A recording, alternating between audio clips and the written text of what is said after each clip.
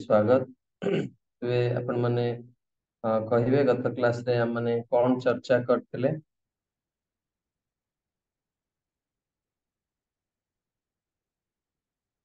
प्रभु आम भक्तिर अंगमंग विषय डिस्कस करुले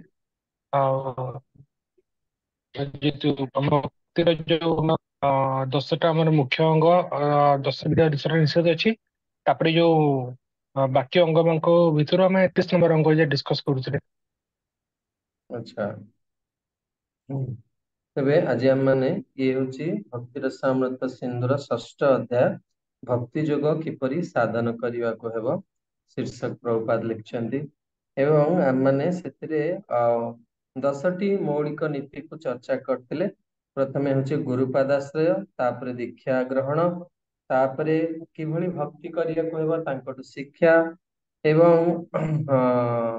विश्वास सहित गुरुंकर आदेश भक्ति और विश्वास सहित पालन, गुरुंकर निर्देश अनुसार महान आचार्यंकर पदांक अनुसरण, कृष्ण भावनामृत किपरि अग्रगति करिवा से समय जिज्ञासा प्रश्न, आ, आ, भगवान कृष्णंकर प्रीति पाई भौतिक जहाँ कहती जिनस को त्याग करिवा, द्वारिका वृंदावन स्थान रे वास करिवा एवं ଯେତିକି ଆବଶ୍ୟକ ଭୌତିକ ଜଗତ ସହିତ ସମ୍ପର୍କ ରଖିବା, ଏକାଦଶୀ ଉପବାସ ପାଳନ କରିବା ଏବଂ ବଟ ବୃକ୍ଷ ଏବଂ ଅନ୍ୟାନ୍ୟ ପବିତ୍ର ବୃକ୍ଷର ପୂଜା କରିବା।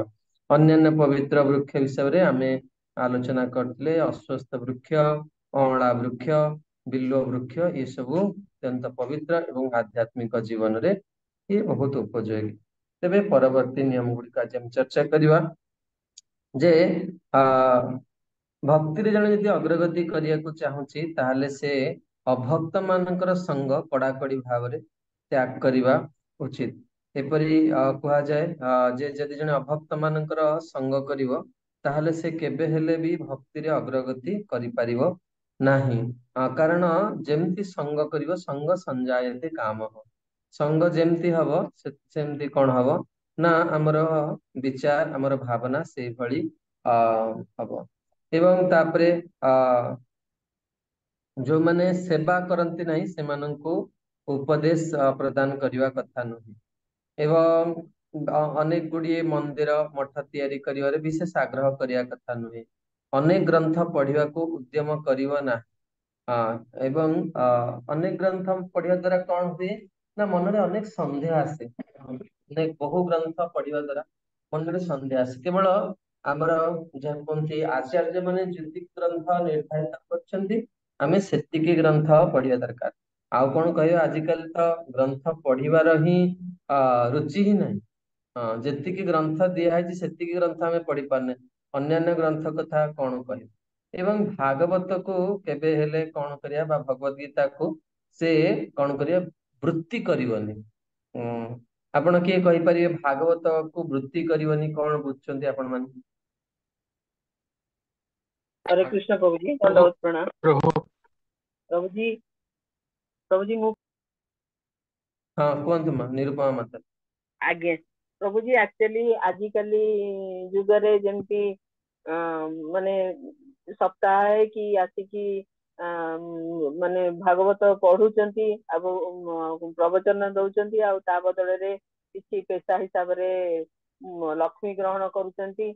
सेटा कि हमर जेमती भागवतम रो द्वितीय स्कंद रे लेखा है जे से प्रकार वृत्ति जे करंती प्रकृत रे तांको कोनोसी जगह रे निस्तार नाही। आज संध्या बेले ही सेटा ही मु पढुतली तेनु बहुत सुंदर। आउ किए कहिया छे प्रभु से जो भक्त मान जो जो माने भगवतम को नहीं पेशा करिसंती जो कथावाचक ना रे एटा तो गोटे संक पे गोटे प्रोफेशन ही जाइए। जंती हमर गोटे कहा छै नै जे भक्त्या भागवतम ग्राह्य टिकया माने हम भागवत को गोटे भक्ति ग्रहण करबा प्रोफेशनल लोक जे खाली पैसा नेबा पई भागवतम कहूची ताठौ किछि किछि सुनले भी किछि लाभ हेबोनी। तेणु करी माने सेंती लोक को हमें अवॉइड करिया। बहुत सुंदर वास्तव रे बहुत सुंदर भावरे एई कथा उपरे श्रील अनेक भागवतर अनेक टीकाकार अछंती किंतु श्रीमद बल्लभाचार्य या पर बहुत सुंदर टीका करछन्ती। से लिखिछन्ती ଯେ ଏଇ ସଂସାରରେ ଯେତେ ପ୍ରକାର ପାପ ଅଛି ଏବଂ ପାପ ମାନଙ୍କ ଭିତରେ କେତେ ଜଣଙ୍କୁ ଆତତାୟୀ କୁହାଯାଏ। ଭଗବତ ଗୀତାରେ ବର୍ଣ୍ଣନା କରାହେଇଛି। ଅର୍ଜୁନଙ୍କୁ ଭଗବାନ କହିଛନ୍ତି ଯୋଉମାନଙ୍କୁ ଦେଖିଲା ମାତ୍ରେ କଣ କରିବା ଦରକାର, ମାରିଦେବା ଦରକାର।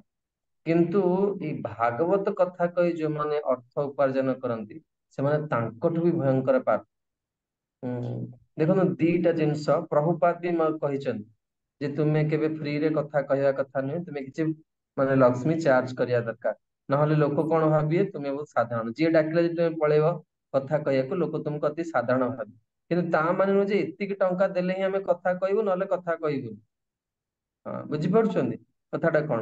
ଦ୍ଵିତୀୟ କଥା ହେଲା ଆମେ କଥା ପାଇଁ କେବେ ହେଲେ କୌଣସି ଅର୍ଥ ଗ୍ରହଣ କରୁନାହିଁ। ଆଉ ବିଶେଷ କରି ମୁଁ ଯୋଉଠିକି ଯାଏ କଥା କହିବାକୁ, ଲୋକ ବେଳେ ପଚାରନ୍ତି ଆଜ୍ଞା ଆପଣ କେତେ କଣ ଚାର୍ଜ? ମୁଁ କହିବି ମୁଁ ଟଙ୍କାଟେ ବି ନବାର ନାହିଁ, ମୁଁ ନିଜ ପଇସାରେ ଯିବି, ମୁଁ କଥା କହିବି ଆସିବି। କିନ୍ତୁ ଯଦି ତୁମେ ମନ୍ଦିର ପାଇଁ କିଛି ପଇସା ଦବ, ମୁଁ 1,00,00,000 ଟଙ୍କା ଆଣିବି। ତାକୁ କେବେ ବି ମନା କରିବି, କାରଣ ବେଶଟା ତ ପିନ୍ଧା ହେଇଛି ଦାନ ଗ୍ରହଣ କରିବା। ହଁ, କିନ୍ତୁ ମୋର ନିଜସ୍ୱ ପାଇଁ ଟଙ୍କାଟେ ନାହିଁ, କାରଣ ମୋର ଯାହା ଆବଶ୍ୟକ ମନ୍ଦିର ତାହା ଦଉଛି।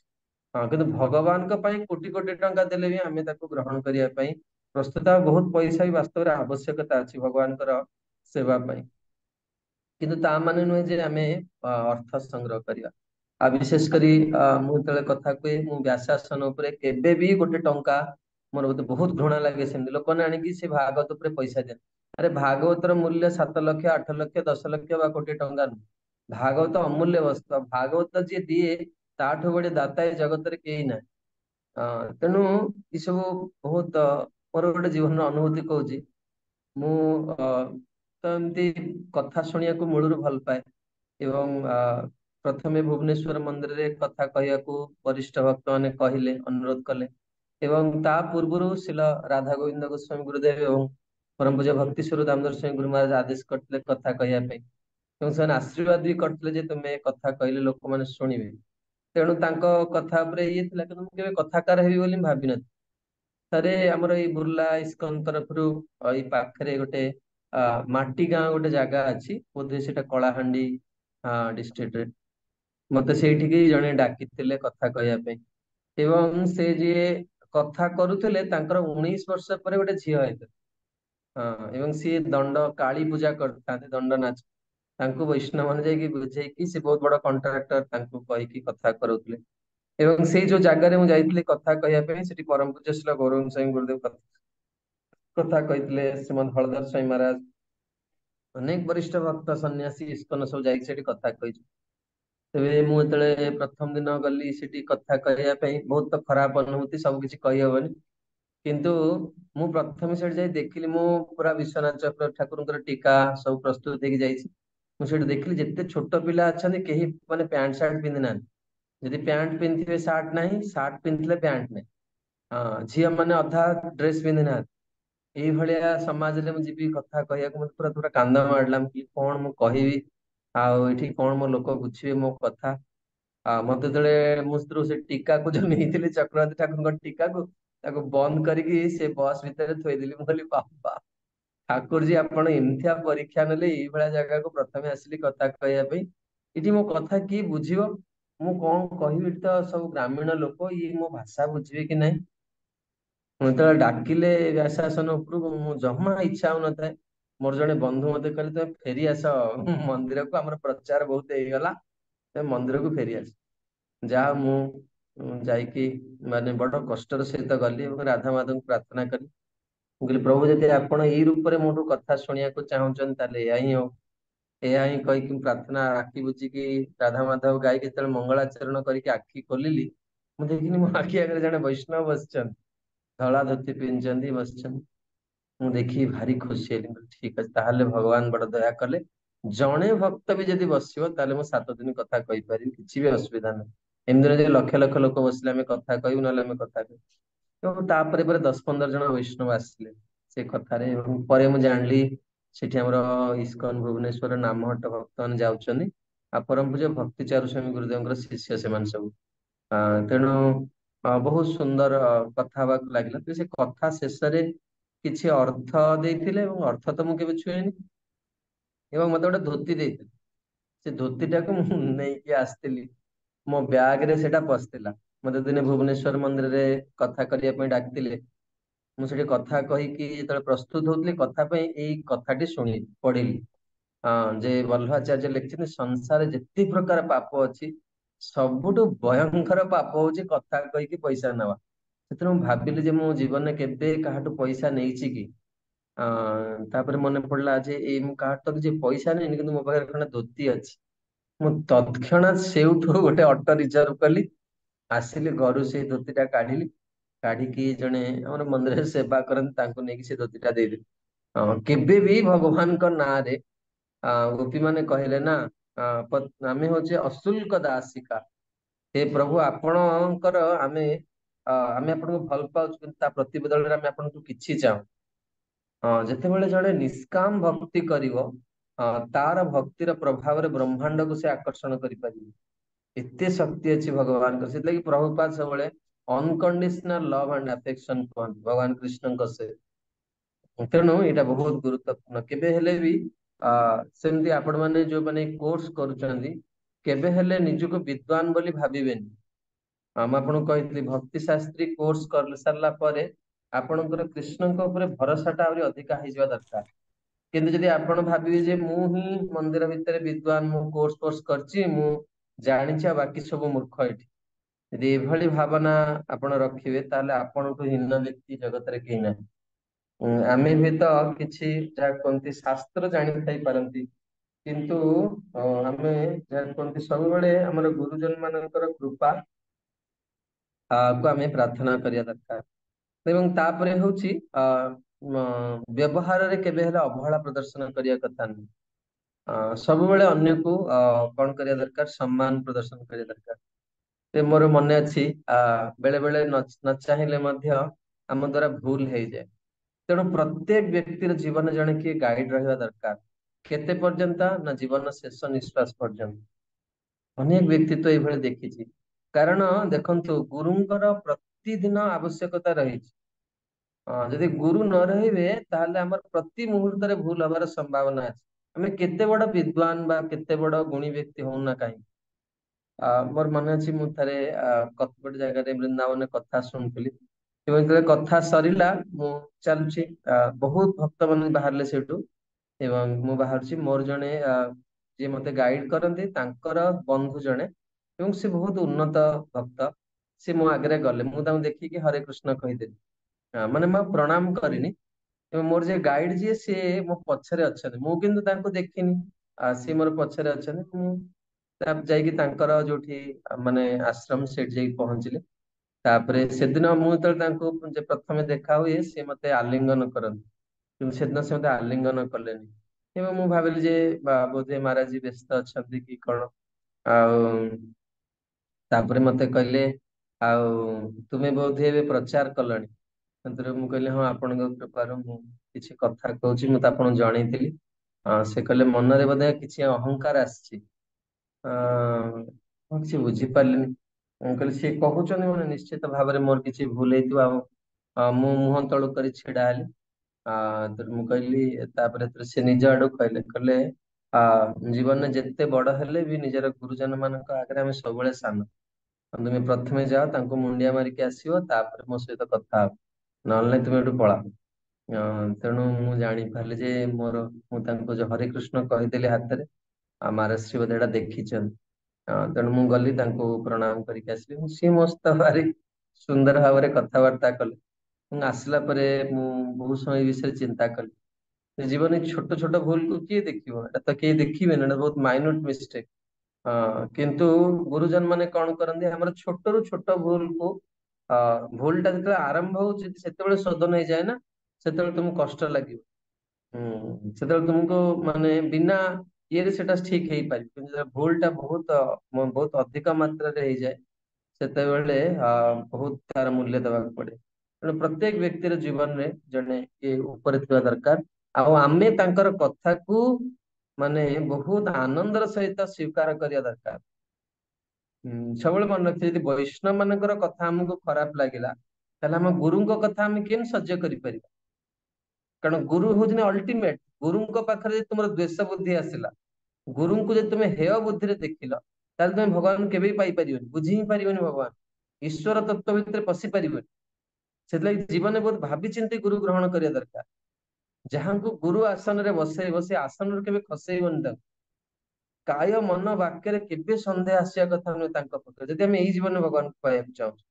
तेणु ମୁଁ ବେଳେ ବେଳେ ବିଚାର କରେ ଯେ ଯୋଉମାନେ କୋर्स କରିକି ଗୁରୁ ଗ୍ରହଣ କରିବେ ସେମାନେ ହୁଏତ ବହୁତ ଫର୍ଚୁନେଟ, ତାଙ୍କର ମନରେ ବହୁତ ବହୁତ ସତର୍କ ଭାବନା ଥିବ। କିନ୍ତୁ ବାସ୍ତବରେ ଯୋଉମାନେ ଭାଗ୍ୟବାନ ସେମାନେ କୋର୍ସ କରନ୍ତୁ କି ନ କରନ୍ତୁ ତାଙ୍କର ଜୀବନରେ ଅଖଣ୍ଡ ବିଶ୍ୱାସ ଥାଏ ଗୁରୁଙ୍କ ପ୍ରତି। କାରଣ ଏଇଟା ଗୋଟେ ଛୋଟିଆ ଜିନିଷ ନୁହେଁ। ଦେଖନ୍ତୁ ଏଇ ଜଗତରେ ଭଗବାନଙ୍କୁ ପ୍ରାପ୍ତି କରିବାର ଭଗବାନ କେତେ ଗୋଟେ ବ୍ୟବସ୍ଥା ରଖିଛନ୍ତି।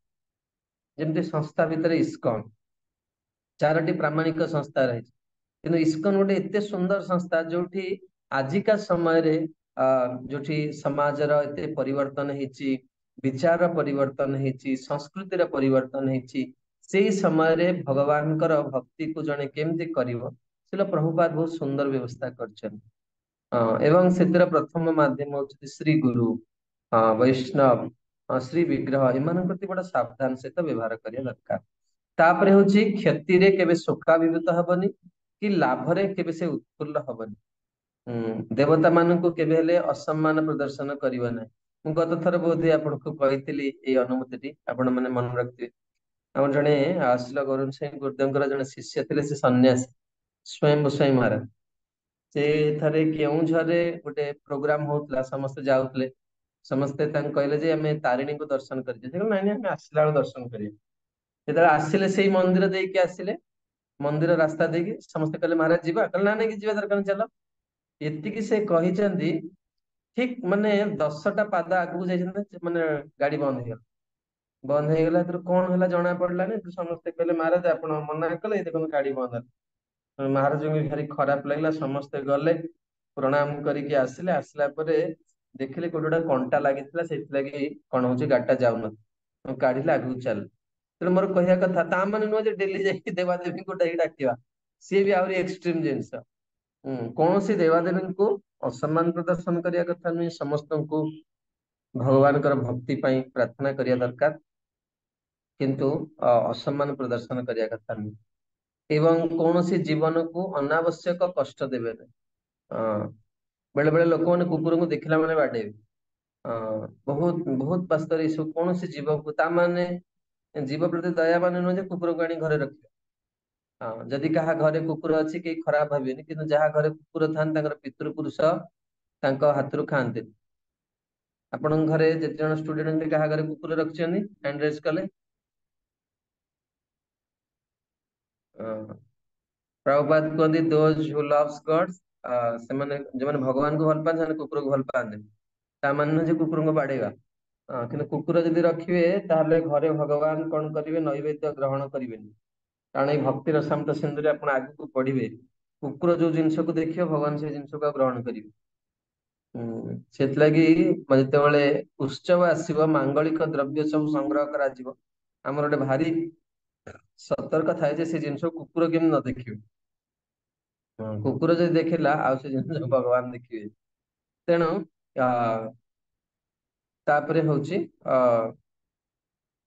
ଭଗବାନଙ୍କର ପବିତ୍ର ନାମ ଜପ କରୁଥିବା ସମୟରେ କିମ୍ବା ମନ୍ଦିରରେ ବିଗ୍ରହ ଅର୍ଚ୍ଚନା ସମୟରେ ବିଭିନ୍ନ ଅପରାଧରୁ ଦୂରେଇ ରହିବ। ଭଗବାନ ଶ୍ରୀକୃଷ୍ଣ ତାଙ୍କର ଭକ୍ତଙ୍କ ନିନ୍ଦା ପ୍ରତି ଅସହିଷ୍ଣୁ ହବ। ତେଣୁ ନିନ୍ଦାର 3ଟି କଣ ରହିଛି, କିଭଳି ନିନ୍ଦାରୁ ଜଣେ ବଞ୍ଚିବ। ଯଦି ସାମର୍ଥ୍ୟ ଥାଏ ତାକୁ କଣ କରିପାରିବ ନା ତୁମେ ଦଣ୍ଡ ଦେଇପାରିବ ନିନ୍ଦୁକୁ, କିନ୍ତୁ କଳିଯୁଗରେ ସେଟା ସମ୍ଭବ ନୁହେଁ। ଅଯଥା ଶତ୍ରୁ ବି କରିବା କଥା ନୁହେଁ। ଦ୍ୱିତୀୟରେ ଯଦି ଶାସ୍ତ୍ରାର୍ଥ ଜ୍ଞାନ ଅଛି, ଯୁକ୍ତି କରି ତାକୁ ପରାସ୍ତ କରିପାରିବ। ଏବଂ ସବୁଠୁ ଶେଷଟା ହଉଛି ସବୁଠୁ ସୁନ୍ଦର, ସେ ଜାଗା ଛାଡି ପଳେଇବ। ଯୋଉଠି ନିନ୍ଦା ହେଲା ସେ ଜାଗା ଛାଡି ପଳେଇବାଟା ହଉଛି ସବୁଠୁ ସେଫ ଆଉ ସବୁଠୁ ସୁନ୍ଦର ବ୍ୟବସ୍ଥା। ତେଣୁ ଏଇ ଯୋଉ 10ଟି ନିୟମ କୁହାଗଲା, ୟାକୁ ଯଦି ଜଣେ କିଏ ପାଳନ ନ କରିପାରିବ ତାହେଲେ ସେ ସାଧନ ଭକ୍ତିରେ ଉନ୍ନତି କରିପାରିବ ନାହିଁ। ତେଣୁ ରୂପ ଗୋସ୍ୱାମୀ ବର୍ତ୍ତମାନ 20ଟି ନିୟମ ବର୍ତ୍ତମାନ ଦେଇ ସାରିଲେଣି। ଆପଣ ମାନେ ଜଣେ ଜଣେ ଗୋଟେ ଗୋଟେ ନିୟମ କହିବେ। ପ୍ରଥମେ ଯୋଉ 10ଟି ନିୟମ, ମୌଳିକ ନିୟମ ଆମେ ଆଲୋଚନା କରିସାରିଥିଲେ ଗତ କ୍ଲାସରେ, ପ୍ରଥମେ ସେଇଟା ଆରମ୍ଭ କରନ୍ତୁ। First point Ranjan Prabhu. ପ୍ରଥମ ହେଲା ଗୁରୁ ପାଦାଶ୍ରୟ। Second point Nirupama Mataji. ପ୍ରଭୁଜୀ ଗୁରୁଙ୍କ ଠାରୁ ଦୀକ୍ଷା ଗ୍ରହଣ। थर्ड पॉइंट योगेश गोपीनाथ प्रभु।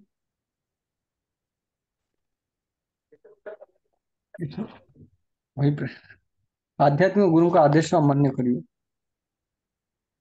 ना प्रभु, आध्यात्मिक गुरुंकर आदेश विश्वास और भक्तिर सहित पालन। Third point. Fourth point Padmalochan नहीं प्रमोदानंद गोपाल प्रभु।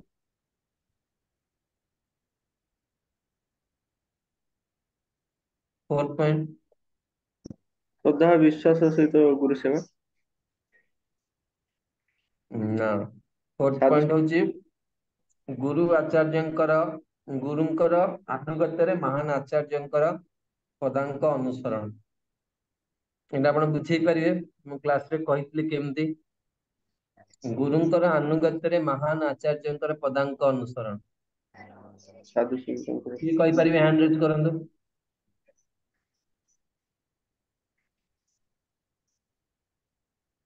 गुरुंकर आनुगत्य महान आचार्यंकर पदांक अनुसरण। ये पॉइंट को किए बुझेई परिबे। जेमती आम इस्कन समस्ते शिल प्रभुपादंकर ग्रंथ स्वाध्याय करछे जेतेबेले हम प्रभुपादंकर ग्रंथ पुंख भाव में पढ़ी सारिबा सेतेबेले गुरुदेव आज्ञा नहीं आम विश्वनाथ चक्रवर्ती ठाकुर शिल रूप गोस्वामी आदिंकर ग्रंथ आम स्वाध्याय करिपरिबा। ठीक एटा होची गुरुंकर आनुगत्य महान आचार्यंकर पदांक अनुसरण। ठीक अछि। 5 नंबर पॉइंट दामोदर हरि प्रभु। हरे कृष्ण दंड कृष्ण चेतन किपरि अग्रगति करिबा गुरुंग ठारू गुरु बहुत सुंदर। 4 नंबर पॉइंट कल्याण सखी माता जी।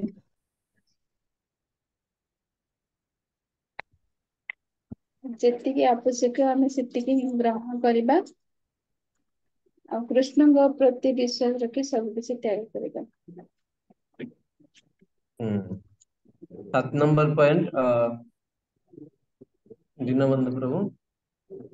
द्वारका वृंदावन भଳି तीर्थ स्थान वृंदावन बा द्वारिका बास करिया। बहुत सुंदर। 8 नंबर पॉइंट गायत्री माता जी। हरे कृष्ण प्रभु दंड केवल आवश्यक मुताबक भौतिक जगत सह संपर्क रखिबा।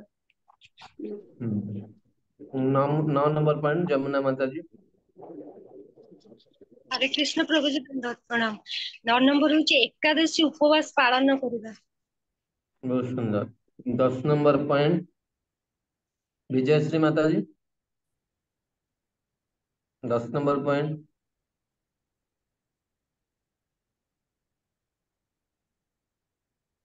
कृष्णानंद प्रभु। 10 नंबर पॉइंट हर्ष दंड पॉइंट बाहर अच्छी आज्ञा। ठीक है। सीता वल्लभ प्रभु 10 नंबर पॉइंट कालिंदी हरे माता जी। कृष्ण अच्छा सीता देव सीता वल्लभ प्रभु 10 नंबर पॉइंट। प्रभु जी कौन और जी नेटवर्क प्रोब्लेम सुबुनी। अच्छा हरे ठीक है सिंह। हरे कृष्ण प्रभु जी दंड हम्म, प्रणाम। दर्शन हाँ करला बट वृक्ष एवं अन्यान्य पवित्र वृक्षर पूजा करबा। बहुत सुंदर माता। एवं नेक्स्ट 10टी पॉइंट है अभक्तंकर संग त्याग प्रेम पूर्ण सेवा करिया पई जे माने अनुच्छुक तांको उपदेश देवा कथा नुई। बहुत मठ मंदिर तैयारी करिया पई आग्रह करिया कथा नुई। अनेक ग्रंथ पाठ करिया कथा नुई किंबा भागवत गीता एवं श्रीमद् भागवतम को अर्थ उपार्जन माध्यम करिया कथा नुई। समस्त को उचित व्यवहार प्रदर्शन करने आवश्यक एवं लाभ रे अत्यंत प्रसन्न बा क्षति रे दुख दुख करिया कथा नुहे। देवता मानू असम्मान प्रदर्शन करियो नाही एवं कौन सी जीव को अनावश्यक कष्ट देव नहीं। भगवान कर नाम जप करथुआ समय विग्रह समय अपराध रु सावधान रहिबो एवं परम पुरुष भगवान कर बा तांका भक्तंकर निंदा प्रति असहिष्णु रहिबो। तेणु ये 10टी पॉइंट रु आपण कहार किसी संदेह अछि। प्रभु जी हरे कृष्ण। प्रभु जी हम्म ये ऊपर 10टा नीति दिया है ये 10टा भी କିଛି ହେଲା ଏକକାଳୀନ 20ଟା ନ ଲେଖା ଯାଇକି 10 କାହିଁ ଲେଖା ହେଇଛି? ଓ ଆଚ୍ଛା, ଏଇଟା ହଉଛି ଦେୟାର ନେସେସିଟି, ପ୍ରଥମ 10ଟା ନିହାତି ପାଳନ କରିବାକୁ ପଡିବ। ଆଜ୍ଞା ଆଜ୍ଞା ସେଟା ହଉଛି ପ୍ରମୁଖ ଅଙ୍ଗ, ମୁଖ୍ୟ ଅଙ୍ଗ। ତାପରେ ଆଜ୍ଞା ସେତିକ ପାଳନ କରି ସାରିଲା ପରେ ଏଇ 10ଟି ଅଙ୍ଗ ପ୍ରତି ମାନେ କଣ କରେ, ଯେମିତି ପ୍ରଥମେ ଭଗବତ ଗୀତା ପଢି ସାରିଲା ପରେ ତାପରେ ଭାଗବତ ପଢିବା ଦରକାର। ଆପଣ କହିବେ ପ୍ରଥମେ ଭାଗବତ ପଢି ମୋର ଅସୁବିଧା କଣ, ବୁଝି ହିଁ ପାରିବେନି। ଆଜ୍ଞା ବୁଝିପାରୁଛନ୍ତି? ଆଜ୍ଞା ପ୍ରଥମେ ସେଇ ଅଙ୍ଗ ଗୁଡିକ ଯାଜନ କଲା ପରେ ତାପରେ ଏଇ ଅଙ୍ଗ ଗୁଡିକ ପ୍ରତି ଆପଣ ଧ୍ୟାନ ଦେଇପାରିବେ।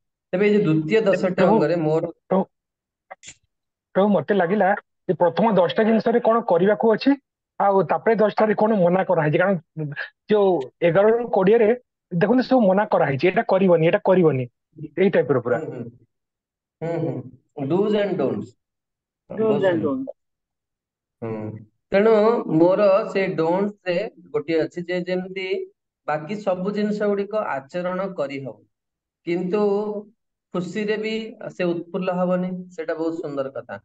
କିନ୍ତୁ ଦୁଃଖରେ ଶୋକାଭିଭୂତ ହବନି, ଏଟା କେମିତି ସମ୍ଭବ? କିଏ କହିପାରିବେ ୟାର ସମାଧାନ? ପ୍ରଭୁ ଆମର ଯେମିତି ଦ୍ୱିତୀୟ ଅଧ୍ୟାୟରେ ଆମର ଯିଏ ଦୁଃଖେଷୁ ଅନୁଦ୍ବିଗ୍ନ ମନା ସୁଖେଷୁ ବିଗତ ସ୍ପୃହ, ଯୋଉ ସେକେଣ୍ଡ ଚାପ୍ଟର ଗୀତାରେ ପ୍ରଭୁ ଆମେ କହିଛନ୍ତି। ଠିକ ଅଛି, ଠିକ ଅଛି, ଆମେ ଶ୍ଲୋକ କହିପାରିବା, ବୁଝିପାରୁଛନ୍ତି? ଶ୍ଲୋକ କହିପାରିବା, ମୋର କହିବା କଥା ବାସ୍ତବରେ ସେଇଟାକୁ କେମିତି ଆମେ ବୁଝିବା। ଶ୍ଲୋକ ଆପଣଙ୍କର ପୁଅ ମରିଯାଇଥିବ, ମୁଁ କହିବି ଶ୍ଲୋକ ଯାଇକି କହିବି ଦେହି ନସ୍ମିନ୍ ଯଥା ଦେହେ କୌମାରମ୍ ଯୌବନମ୍ ଜରା, ସେଟା ଶୁଣିପାରିବେ ଆପଣ? କହିଲେ ଗୋଟେ ପାଗଳଟା କିଛି ବ୍ୟବହାରିକ ଜ୍ଞାନ ନାହିଁ, ଭକ୍ତ ହେଇଯାଇଛି ନାଲି ପିନ୍ଧିଦେଲେ କଣ ହେଲା? ଗୋଟେ ମୋ ପୁଅ ମରିଛି ମତେ କହୁଛି ଦେହି ନସ୍ମିନ୍ ଯଥା ଦେହେ, ରାଗିକି ପିଟିବାକୁ ଆସିବ ସିଏ। ଦୁଃଖକୁ କେମିତି ଜୀବନରେ ଗ୍ରହଣ କରେ? ଆମେ ସମସ୍ତେ ଭକ୍ତି କରୁଛେ। ପ୍ରଭୁଜୀ ଯୋଉ ଆମର ଯୋଉ ଟର୍ମ ଅଛି ସ୍ଥିତପ୍ରଜ୍ଞ, ଯେ ସ୍ଥିତପ୍ରଜ୍ଞ ହେବାକୁ ହେଲେ ଆମେ ଭଗବାନଙ୍କ ପାଖରେ ସମର୍ପଣ ହବାକୁ ପଡିବ, ଯେ ଯାହା ହଉଛି ଭଗବାନଙ୍କ ନିର୍ଦ୍ଦେଶରେ ହଉଛି, ଦୁଃଖ ହଉଛି କି ସୁଖ ହଉଛି। କାରଣ ସେଇ ଯୋଉ ଆତ୍ମାନୁଭୂତି ଲାଭ ସ୍ତରରେ ଜଣେ ସେଇଟା ବୁଝିପାରିବ, କିନ୍ତୁ ଯୋଉମାନେ ବିଗିନର୍ସ ଲାଇକ୍ ଅସ୍, ଆମେ ଆମେ ସେଇ ସବୁ ଜିନିଷ ଜାଣିବା ପାଇଁ ସେଇଥିଲାଗି ତ ସାଧୁ ସଙ୍ଗ କରିବାକୁ ପଡିବ। ନାଇଁ କାରଣ ନାଇଁ, ମୁଁ ତାଙ୍କ ମାତାଜୀ ପ୍ରଶ୍ନ କରୁଛି ଆଜ ଏ ବିଗିନର, ଆଜ ଏ ପ୍ରଭୁ ବିଗିନର ପ୍ରଭୁ ଆମେ ମୁଁ ନିଜ କେମିତି ମନକୁ ଏଇ ଜିନିଷଟାକୁ ନେବି? ହରେ ଆମେ କୃଷ୍ଣ। ପ୍ରଭୁ ନିଜ ମନକୁ ବୁଝେଇ ପାରିବା ଯେ ଧରନ୍ତୁ ପୂର୍ବରୁ କିଛି ନିଶ୍ଚୟ ଖରାପ କର୍ମ ଥିବ, ତାର ପ୍ରାରବ୍ଧ ମୁଁ ଭୋଗ କରୁଛି। କାରଣ କର୍ମ ଖରାପ ନଥିଲେ ଏଇ ଦୁଃଖ ମୁଁ ପାଆନ୍ତି ନାହିଁ। ତେଣୁକରି ଏଇ ଯୋଉ ଦୁଃଖଟା ପାଉଛି ଏଇଟା ଏ ସମୟରେ ହୁଏତ କଷ୍ଟ ଦେଇ କିନ୍ତୁ ମୋର ପୂର୍ବ ପ୍ରାରବ୍ଧ କଟି ଯାଉଛି, ଏମିତି କହି ନିଜ ମନକୁ ବୁଝେଇ ପାରିବା। ଆଉ ଟିକେ ଉତ୍ତର ଟା ପରିଷ୍କାର ଆହୁରି ଭଲ ହେଇପାରିବ। ହରେ କୃଷ୍ଣ ଆହୁରି ଗୁରୁ କଣ ମୋର ଗୋଟେ ତା କଲ୍ୟାଣ। ଉପରେ ଆଉ ଗୋଟେ ମୋର ପ୍ରଶ୍ନ। ଆମେ ସମସ୍ତେ କହିଦଉଛେ ହଁ ଦୁଃଖ ଆସିଲେ, କିନ୍ତୁ ହଠାତ୍ କେତେବେଳେ ଦୁଃଖଟା ଆସେ ସେତେବେଳେ ଜଣା ନଥାଏ, କିନ୍ତୁ ଯେତେବେଳେ ଦୁଃଖଟା ଆସିଯାଏ ସେତେବେଳେ ଆମେ କେମିତି ନିଜକୁ ମାନେ ସମ୍ଭାଳି ପାରିବାର ଶକ୍ତି ପାଇବା ଦରକାର, ତାହେଲେ ଯାଇକି ଆମେ ଏଇ ପରିସ୍ଥିତିକୁ ଆମେ ସାମ୍ନା କରିପାରିବା। ସେଥିପାଇଁ ବହୁତ ଅତ୍ୟନ୍ତ ଯିଏ ଶାନ୍ତ ସ୍ୱଭାବର ହେବ, ଭକ୍ତି ମାର୍ଗରେ ଆସିକି ଆଉ ଧୈର୍ଯ୍ୟବାନ ରହିବ, ସେ ହିଁ ପ୍ରତ୍ୟେକ ପ୍ରକାର ପରିସ୍ଥିତିକୁ ସାମ୍ନା କରିପାରିବ, ଆଉ ସବୁ ତାକୁ ଭାବିବ ଯେ ଭଗବାନଙ୍କର ଇଚ୍ଛା ବୋଲି। କିନ୍ତୁ ହଠାତ୍ ତ ଅସୁବିଧା ରଞ୍ଜନପତି କିଛି ପ୍ରଭୁଙ୍କର ଉତ୍ତରଟି ବହୁତ ଇଏ ଥିଲା। ଜଣେ ପ୍ରଥମେ ହଉଛି ଆଧ୍ୟାତ୍ମିକ ଜୀବନ, ମୁଁ ଆପଣଙ୍କୁ କହିଥିଲି ଆଧ୍ୟାତ୍ମିକ ଜୀବନର ପ୍ରାଣ ହଉଛି ହରିନାମ ଜପ। ହରିନାମ ଜପ କରିବା ଫଳରେ ସମସ୍ତ ସଦ୍ଗୁଣ ବ୍ୟକ୍ତି ପ୍ରାପ୍ତ ହେଇଥାଏ, ଏବଂ ସେ କଣ ହଉଥାଏ ତାର ଗୁଣର ଉନ୍ନତି ହେଇଥାଏ। ଯଦି ସେ ରଜତମ ଗୁଣରେ ଥିବ ସେ ସତ୍ଵ ଗୁଣକୁ ଆସିବ, ଯଦି ସତ୍ଵ ଗୁଣରେ ଥିବ ସେ ଶୁଦ୍ଧ ସତ୍ଵ ଗୁଣକୁ ଯିବ।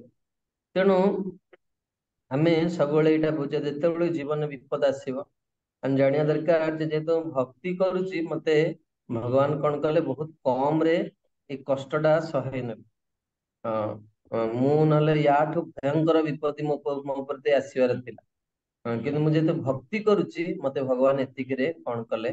ଆଉ ବାସ୍ତବରେ ଯୋଉ ଭକ୍ତ ମାନଙ୍କୁ ଭଗବାନ କଣ କରନ୍ତି, ସହିବାର ବହୁତ ବଡ ମାନେ ଶକ୍ତି ଦିଅନ୍ତି। ଆଉ ଭକ୍ତ ଏଟା ହୃଦୟରୁ ହିଁ ଅନୁଭବ କରିପାରେ ଯେ ହଁ ପ୍ରଭୁ ମତେ କଣ କଲେ ନା, ମୁଁ କଷ୍ଟ ପାଉଛି କିନ୍ତୁ ଆମର ପୂର୍ବ ଜନ୍ମରେ କିଛି ଏଇଭଳି ଦୁଷ୍କୃତି ଥିଲା, ଯାହା ଫଳରେ ମତେ ଆଜି ଅପମାନ ମିଳିଲା। କିନ୍ତୁ ଯୋଉମାନେ ଉନ୍ନତ ଭକ୍ତ ସେମାନେ ଏଇ ସବୁ ଜିନିଷକୁ ମାନେ ଏସବୁ ଜିନିଷକୁ ଦେଖନ୍ତି। ଯେମିତି ମୁଁ ଯଦି ଏଇନେ କହିବି ରଞ୍ଜନ ପ୍ରଭୁ ଜଣେ ବହୁତ ସୁନ୍ଦର ଭକ୍ତ, ତାଙ୍କର ବ୍ୟବହାର ଅତି ବଢିଆ, ସେ ପୁରା ଭିତରେ ଭିତରେ ଖୁସି ହେଇଛି। ଗୋଟେ ଛୋଟ ପିଲା ଆଗରେ ଯଦି ତମେ ଯାଇ କହିବ ଯେ ଆପଣ ଜଣେ ମହାନ ବ୍ୟକ୍ତି, ଆପଣ ମହାମଣ୍ଡଳେଶ୍ୱର ହେବେ ଭବିଷ୍ୟତରେ, ତାର ଏସବୁ ଜିନିଷରେ କିଛି ନାହିଁ। ତାକୁ ଗୋଟେ ଯୋଉ ଚକୋଲେଟ କି ଲଡୁ କି ଆଇସ୍କ୍ରିମ ଦେଇଦବ, ସେ ତାର ଖୁସିରେ କଣ ହବ, ସେ ତୁମ ଉପରେ ଦେଖିଲେ ଖୁସି ହେଇଯିବ, ତମକୁ ଅନେଇକି ଟିକେ ଚାହିଁବ, ପୁଣି ଯେମିତି ଲଡୁ ପାଇଯିବ ତାପରେ ତୁମ ସହିତ ଆଉ କିଛି ତାର ସମ୍ବନ୍ଧ ନାହିଁ, ସେ ଲଡୁ ସହିତ ଖୁସି ହବ। ସେମିତି ବାସ୍ତବରେ ଯୋଉମାନେ କଣ ମହାଭାଗବତ, ସେମାନଙ୍କର ସମ୍ମାନ ଦୁଃଖରେ ନଥାଏ। ଆଉ ଗୋଟିଏ ପ୍ରଶ୍ନ ହଉଛି, ଯେମିତି ଭଗବାନଙ୍କର ଜପ କରିବା ସମୟରେ ଆଉ ବିଗ୍ରହ ସେବା କରିବା ସମୟରେ ଅପରାଧରୁ ମୁକ୍ତ ହବ, କିଏ ଏଟାକୁ ଟିକେ କହିବାକୁ ଚାହିଁବେ, ସ୍ପଷ୍ଟ କରିବାକୁ ଚାହିଁବେ? ଏଇ ଦିଟା ସମୟରେ କଣ ଅପରାଧ ହୁଏ, ବା କେମିତି ଆମେ ସତର୍କ ରହିପାରିବା? जी जप करने समय आमर जो 11 नंबर जो ऑफेंस ता अछि सेटा जदी हमें अवॉइड करबा ताने हम जप होय तो ठीक हे पारिबो। नॉर्मली एना के हम मोबाइल ना सब बड़ा ये जैसी तो जप करन नॉर्मली सेतपई जप को ठीक करबा है हमको ध्यान पूर्वक करने तो जप ठीक हे पारिबो। तो हमें भक्ति रे उन्नति ऑटोमेटिकली हरि कृष्ण। ବହୁତ ସୁନ୍ଦର, ବହୁତ ସୁନ୍ଦର ପ୍ରଭୁ। ତେଣୁ ଏ ଜଣେ କଣ ହବ ନା ଗୁରୁଙ୍କ ଠାରୁ ଗୁରୁଙ୍କୁ ଆଶ୍ରୟ ଗ୍ରହଣ କରି, ତାଙ୍କଠୁ ଦୀକ୍ଷା ଗ୍ରହଣ କରି ତାଙ୍କୁ ଭକ୍ତି ଓ ସମ୍ମାନ ସହିତ ତାଙ୍କର ସେବା କରିବ। ତେଣୁ ତାପରେ ଆଉ କେତେ ଗୁଡିଏ ଗୁରୁତ୍ୱପୂର୍ଣ୍ଣ ଭକ୍ତିର ଅଙ୍ଗ ବିଷୟରେ କୁହାଯାଉଛି, ଯେମିତି ପ୍ରଭୁ ମତେ ତିଲକ ଲଗେଇବା। ପ୍ରଭୁ ହଁ ଗୋଟେ ଯୋଉ କୁହନ୍ତୁ। ଆପଣ ପଚାରୁଥିଲେ ଡାଉଟ, ପ୍ରଭୁ ଯୋଉ ମନ୍ଦିର ନିର୍ମାଣ କରିବାଟା ଯୋଉ କୁହାଯାଇଛି ସେଟା ଟିକେ ମତେ ପ୍ରଭୁ ଟିକେ ଅଡ୍ ଲାଗୁଛି କାହିଁ ପାଇଁ, କିନ୍ତୁ ଜୁହୁ ମନ୍ଦିର ବନେଇବା ପାଇଁ କେତେ ଷ୍ଟ୍ରଗଲ ଆମେ ପ୍ରଭୁପାଦଙ୍କ ଲାଇଫରେ ଦେଖିଛୁ। ସେଇ ଯୋଉ ହଁ, ଏଟା ପ୍ରଭୁପାଦ କରିପାରିବେ ନା, ସେଟା କଣ ରଞ୍ଜନ ପତି ପ୍ରଭୁଙ୍କୁ କୁହାଯାଇଛି? ହେଲା। ଆଚାର୍ଯ୍ୟ ମାନେ ମନ୍ଦିର କରିବେ, ବୁଝିପାରୁଛନ୍ତି? ମନ୍ଦିର କୋଉମାନେ କରନ୍ତି? ମହାରାଜ ରାଜା ମାନେ ମନ୍ଦିର କରନ୍ତି। ଏଇ ଯୋଉ ଲୋକ ସବୁ ନାଳ, କଟକ ନାଳ କଡରେ ମନ୍ଦିର କରିଛନ୍ତି, ଭଗବାନ ସବୁ ବସିଛନ୍ତି, ସେ ଗନ୍ଧ ଶୁଙ୍ଗି ହେବେ। ଲୋକ ଜାଣିଛନ୍ତି ମନ୍ଦିର କଲେ ବୈକୁଣ୍ଠ ଯିବେ ବା ସ୍ୱର୍ଗ ପ୍ରାପ୍ତି ହେବେ, ମନ୍ଦିର କରିଦେଲେ। ମନ୍ଦିର ପୁଣି ତାର କିଛି ଟର୍ମସ ଆଣ୍ଡ କଣ୍ଡିସନ ଅଛି ନା। ଯୋଉଠି ମନ୍ଦିର ଥିବ ସେଠି ମନ୍ଦିରରେ ଠାକୁରଙ୍କର ପୁଷ୍ପ ବଗିଚା ରହିବା ଦରକାର। ସେଠି ପୁଷ୍କରିଣୀ ରହିବା ଦରକାର, ଯୋଉଥିରେ ଭଗବାନଙ୍କର ଚନ୍ଦନ ଯାତ୍ରା ଆଦି ଉତ୍ସବ ହେଇପାରୁଥିବ। ମନ୍ଦିରରେ ଯୋଉଠି ଥିବ ସେଠି ଗୋ ସେବା ହବା ଦରକାର, ଯୋଉଥିରେ ଗୋମାତା ନଥିଲେ କେମିତି ଭଗବାନ ପ୍ରତିଦିନ ଅଭିଷେକ ହେବେ, ଚରଣାମୃତ କେମିତି ପାଇବେ ଭକ୍ତମାନେ? ମନ୍ଦିର ଯୋଉଠି ଥିବ ସେଠି କିଛି ପ୍ରସାଦ ଡିଷ୍ଟ୍ରିବ୍ୟୁସନ ହବା ଦରକାର, ତାର ଟର୍ମସ ଆଣ୍ଡ କଣ୍ଡିସନ ଥିବ। ପ୍ରତିଦିନ ଯେତେବେଳେ ଭଗବାନଙ୍କର ଯାହା କୁହନ୍ତି କଣ କରାଯିବ, ଭଗବାନଙ୍କୁ ଆହ୍ୱାନ କରାଯିବ ଶ୍ରୀ ବିଗ୍ରହରେ, ସେତେବେଳେ ଭଗବାନଙ୍କ ସହିତ କଣ୍ଡିସନ କରାଯାଏ ଯେ ପ୍ରତିଦିନ ଆମର ମନ୍ଦିରରେ ଆପଣଙ୍କର ପ୍ରୀତି ବିଧାନ ପାଇଁ ଆମେ ଆପଣଙ୍କୁ ଗୋଟେ ଟାଇମ ଅନ୍ନ ପ୍ରସାଦ ଦବୁ କି ଫଳ ପ୍ରସାଦ ଦବୁ, କଣ ଦବୁ ସେଟା କଣ୍ଡିସନ କରାଯାଏ। ଆଉ ପ୍ରତିବର୍ଷ କଣ କରାଯିବେ, ସେବକ ମାନେ ସେ କଣ୍ଡିସନ କୁ ବଢେଇ ବଢେଇ ଚାଲିବେ। ସେବା କେବେ କମେଇବା କଥା ନୁହଁ, ସେବା ବଢେଇବା କଥା। ତେଣୁ ଏଇଭଳି ଭାବରେ ରହିଛି। ତେଣୁ ବର୍ତ୍ତମାନ ଆମେ ଆଲୋଚନା କରୁଛେ ଅନ୍ୟ କେତେ ଗୁଡିଏ ଗୁରୁତ୍ୱପୂର୍ଣ୍ଣ ନିୟମ, ଯେମିତି ପ୍ରତ୍ୟେକ ଦିନ ତିଲକ କରିବା। କେତେ ଜଣ ଭକ୍ତ ପ୍ରତିଦିନ ତିଲକ କରୁଛନ୍ତି? ହ୍ୟାଣ୍ଡ ରେଜ କଲେ। ଡେଲି ବେସିସ ରେ ତିଲକ କରୁଛନ୍ତି? ଇନିସିଏଟେଡ ଯୋଉମାନେ ତ ପ୍ରାୟ କରୁଥିବେ ସମସ୍ତେ। ପ୍ରତିଦିନ ତିଲକ କରିବା ଭକ୍ତିର ଏକ ପ୍ରମୁଖ ଅଙ୍ଗ, ଭକ୍ତିର ଏକ ପ୍ରମୁଖ ଅଙ୍ଗ। ଗୋଟେ ବହୁତ ସୁନ୍ଦର ପଦ୍ମ ପୁରାଣରେ ଚରିତ୍ର ରହିଛି। ଥରେ ଜଣେ ଯାହା କୁହନ୍ତି ବ୍ୟାଧ, ସେ ଜଙ୍ଗଲକୁ ଯାଇଛି। ସେ ପଶୁ ହତ୍ୟା କରିବା ପାଇଁ ଯାଇଛି ଏବଂ ସେ କୌଣସି ଶିକାର କରିପାରୁନି, ଅତ୍ୟନ୍ତ ଶ୍ରମଜନିତ ସେ ଶୋଇ ପଡିଛି ଏବଂ ତାପରେ କଣ ହେଇଛି, ବଗ ମଳ ତ୍ୟାଗ କରିଛି ଏବଂ ସେ ତା ମୁଣ୍ଡ ଉପରେ ଏଇଠି ମସ୍ତକରେ ପଡିକି ସେ ତିଲକ ଭଳିଆ ବୋହିଯାଇଛି। ବଗର ମଳ ବୋହି ଯାଇଛି, ଯମଦୂତ ମାନେ ଆସିବେ ତାକୁ ନବା ପାଇଁ, ଦେଖିବେ ତିଲକ କରିଛି, ତାକୁ ଛାଡିକି ପଳେଇବେ। ମୋର ମନେ ଅଛି, ପ୍ରଥମେ ଯେତେବେଳେ 2001 ମସିହାରେ ପ୍ରଥମେ ଆସିଥିଲି, ଚରିତ୍ର ଟା ଶୁଣିଥିଲି, ତାପରଠୁ ମୁଁ ତିଲକ କରିବାକୁ ଆରମ୍ଭ କରିଥିଲି। ପ୍ରତିଦିନ ମୁଁ ରୁମ ରେ ବି ଷ୍ଟୁଡେଣ୍ଟ ଥିଲି, ମ୍ୟାନେଜମେଣ୍ଟ କରୁଥିଲି, ତଥାପି ମୁଁ ତିଲକ କରି କଲେଜ ଯାଏ। କାରଣ ଜୀବନରେ କୋଉ ସମୟରେ ବି ମୃତ୍ୟୁ ହେଇପାରେ। ଏବଂ ବିଶେଷ କରି ରଞ୍ଜନ ପ୍ରତି ପ୍ରଭୁ କେତେ ଜଣ ତିଲକ କରିନାହାନ୍ତି ବା କେତେ ଜଣ କ୍ୟାମେରା ଅନ୍ କରୁନାହାନ୍ତି। ୟୁ ମଷ୍ଟ ଡୁ ତିଲକ। ଯଦି ଅଫିସ ରେ ଆପଣ ଅଛନ୍ତି ବା ଆପଣ ଜଳ ତିଲକ କରିପାରିବେ, ବଟ୍ ମହାପ୍ରଭୁ ସବୁବେଳେ କଣ୍ଡିସନ ରଖନ୍ତି ଯେ ସ୍ୱାଧ୍ୟାୟ କରିବା ପୂର୍ବରୁ ଜଣେ ତିଲକ କରିବା ଦରକାର। ଏହାର ପ୍ରଭାବ ଅତି ମାନେ ଗଭୀର ପଡେ। ତିଲକ କରିବା ଦ୍ଵାରା ଯାହା କୁହନ୍ତି ଆମେ ଭଗବାନଙ୍କର ହେଇଗଲେ, ତଦୀୟ ହେଇଗଲେ, ପ୍ରଭୁଙ୍କର ହେଇଗଲେ, ଏଇ ବିଶ୍ୱାସ ଟା ସବୁବେଳେ ମନକୁ ଆସେ। ତେଣୁ ଜଣେ କାରଣ ତିଲକ ଦେଖିଲା ମାନେ ଆଉ ଜଣେ ତାର ମନରେ ଆସେ ଇଏ ଭଗବାନ କୃଷ୍ଣଙ୍କୁ ନିଜ ଜୀବନର ଆରାଧ୍ୟ ବୋଲି ଭାବିଛି, କୃଷ୍ଣଙ୍କର ସ୍ମରଣ ଆସେ, ତାଙ୍କୁ ପ୍ରୟାସ କରିବେ। ଆ, କାହାକୁ କଷ୍ଟ ଦେବା ପାଇଁ କଥା କୁହା ହଉନି, କିନ୍ତୁ ଶାସ୍ତ୍ର ସବୁବେଳେ ଆ ଅନ୍ୟକୁ ସାହାଯ୍ୟ କରିବା ପାଇଁ ଭକ୍ତିରେ ଆଉ ଏଇଟା ତ ବହୁତ ସହଜ ଅଙ୍ଗ ନା, ତିଲକ କରିବା କଣ ଗୋଟେ କଷ୍ଟ। ଆ ଏ ତ ବହୁତ ବହୁତ ସୁନ୍ଦର ଭକ୍ତିର ଏକ ଅଙ୍ଗ। ଏବଂ ଅନେକ ସଂସ୍ଥା ଅଛି ଯୋଉଥିରେ ତିଲକ ଟା ଗୋଟେ ସେବା କୁହାଯାଏ। ମୁଁ ଏବେ ଗତ ବର୍ଷ ଯାଇଥିଲି ଆମର ମାନେ କିଛି ଷ୍ଟୁଡେଣ୍ଟ ମାନଙ୍କୁ ନେଇକି, ଭକ୍ତ ମାନଙ୍କୁ ନେଇକି ଶ୍ୟାମାନନ୍ଦ ପ୍ରଭୁଙ୍କର ଶ୍ରୀପାଠ ରହିଛି, ଶ୍ୟାମାନନ୍ଦ ପ୍ରଭୁ ରସିକାନନ୍ଦ ପ୍ରଭୁ ନେଇକି ଯାଇଥିଲି। ସେଠି ଯିଏ ଆଚାର୍ଯ୍ୟ ତାଙ୍କୁ ଦେଖା କରିବାକୁ ଚାହିଁଲି, ତାଙ୍କ ସେବକଙ୍କୁ କହିଲି ଯେ ମୁଁ ଆଚାର୍ଯ୍ୟଙ୍କୁ ଦେଖା କରିବାକୁ ଚାହୁଁଛି। ସେ କହିଲେ ଗୁରୁଦେବ ତିଲକ ସେବା କରୁଛନ୍ତି। ମୁଁ ଫାଷ୍ଟ ଟାଇମ ଏମିତିଆ ଶବ୍ଦ ହିଁ ଶୁଣିଲି, ତିଲକ ହଉଛି ଗୋଟେ ସେବା।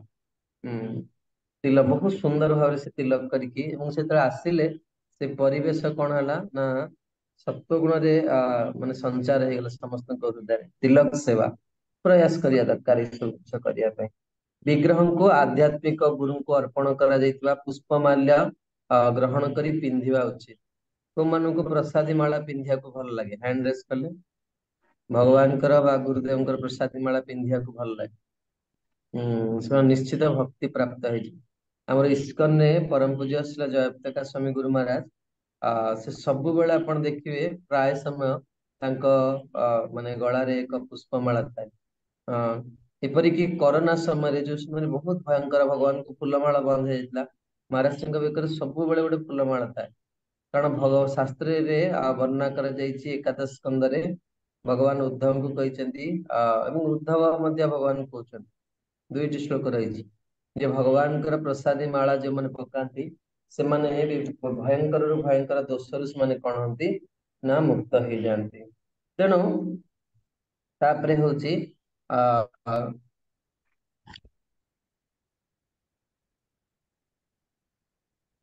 ବିଗ୍ରହଙ୍କ ସମୟରେ ନୃତ୍ୟ କରିବାର ଶିକ୍ଷା କରିବା ଉଚିତ। ଆପଣଙ୍କ ଭିତରୁ କେତେ ଜଣ ଭଗବାନଙ୍କ ଆଗରେ ନାଚନ୍ତି କୀର୍ତ୍ତନ? ହଁ, ଥରେ ଜଣେ ରାଜା ଥିଲେ, ତାଙ୍କର ନାଁ ହଉଛି ମାନସିଂ। ମାନସିଂଙ୍କ ନାଁ କୋଉମାନେ ଶୁଣିଛନ୍ତି? ରାଜା ମାନସିଂ, ଜୟପୁର ରାଜା ମାନସିଂ। ସେ ଆମର ଗୋବିନ୍ଦ ଗୋପୀନାଥ ମଦନ ମୋହନ ତିନି ଠାକୁରଙ୍କୁ ନେଇକି ଜୟପୁରରେ ରଖିଥିଲେ। ତେବେ ସେ ଯେତେବେଳେ ଅପ୍ରକଟ ହେଲେ, ସେତେବେଳେ ତାଙ୍କର ପୁତ୍ର ମାନେ ତାଙ୍କୁ ପଚାରିଲେ ଯେ ବାବା ଆପଣଙ୍କର କଣ ଇଚ୍ଛା ଅଛି? ରାଜା ମାନସିଂ କହିଲେ ଯେ ମୁଁ ଯେହେତୁ ରାଜା ପଦରେ ଅଛି, ତେଣୁ ମୁଁ ଭଗବାନଙ୍କ ଆଗରେ କେବେ ନାଚିନି। ତେଣୁ ଏଇଟା ମୋର ଯୋଉ ଦୁଃଖ ଯେ ମୁଁ ମୃତ୍ୟୁ ସମୟ ଆସିଗଲା, ମୋର ବର୍ତ୍ତମାନ ଇଚ୍ଛା ଥିଲେ ବି ମୁଁ କରିପାରି। ତେଣୁ ତାଙ୍କର ଶେଷ ପୁଅ କହିଲେ ବାବା ମୁଁ ଆପଣଙ୍କ ପାଇଁ ନାଚିବି। ତେଣୁ ଆଜି ବି ଆପଣ ଦେଖିବେ ଗୋବିନ୍ଦ ମନ୍ଦିରରେ ଏଇ ମାନସିଂଙ୍କର ଯୋଉ ସାନ ପୁଅ, ସେମାନେ ତାଙ୍କର ବଂଶଧର ମାନେ ଆଜି ଭଗବାନଙ୍କର ଆରତି ବେଳେ ନାଚନ୍ତି, ଭଗବାନଙ୍କ ଆଗରେ ଆସି ନାଚନ୍ତି। ଏଟା ବହୁତ ଭକ୍ତିର ବଡ ଅଙ୍ଗ। ଏବଂ ତାପରେ ହଉଛି ଅ ବିଗ୍ରହଙ୍କୁ ଏବଂ ଆଧ୍ୟାତ୍ମିକ ଗୁରୁଙ୍କୁ ଦେଖିଲା ମାତ୍ରେ ପ୍ରଣାମ କରିବା ଉଚିତ। ଥରେ ମୁଁ ଆପଣ ମାନଙ୍କୁ ଅନେକ ଥର ଏ ବିଷୟରେ କହିଛି। ଥରେ ଶ୍ରୀଲ ଭବାନନ୍ଦ ସ୍ୱାମୀ ମହାରାଜ ପ୍ରଭୁପାଦଙ୍କୁ ପଚାରିଥିଲେ ଯେ ପ୍ରଭୁପାଦ ଆଧ୍ୟାତ୍ମିକ ଗୁରୁଙ୍କୁ କେତେଥର ପ୍ରଣାମ କରିବା ଦରକାର? ୟୁଜୁଆଲି ଆମେ ଶୁଣିଛେ ଧାୟଂସ୍ତୁ ବନ୍ଦସ୍ୟ ୟଶସ୍ତ୍ରୀ ସନ୍ଧ୍ୟା, 3 ସନ୍ଧ୍ୟାରେ ପ୍ରଣାମ କରିବା ଦରକାର। କିନ୍ତୁ ଯେତେବେଳେ ଗୁରୁ ପ୍ରତ୍ୟକ୍ଷ ଭାବରେ ଥିବେ, ମନ୍ଦିରରେ ଥିବେ, ତାଙ୍କୁ କେତେବେଳେ ନା ପ୍ରଭୁପାଦ କହିଲେ ଯେତେ ଥର ଦେଖିବ ସେତେ ଥର ପ୍ରଣାମ କରିବା ଦରକାର।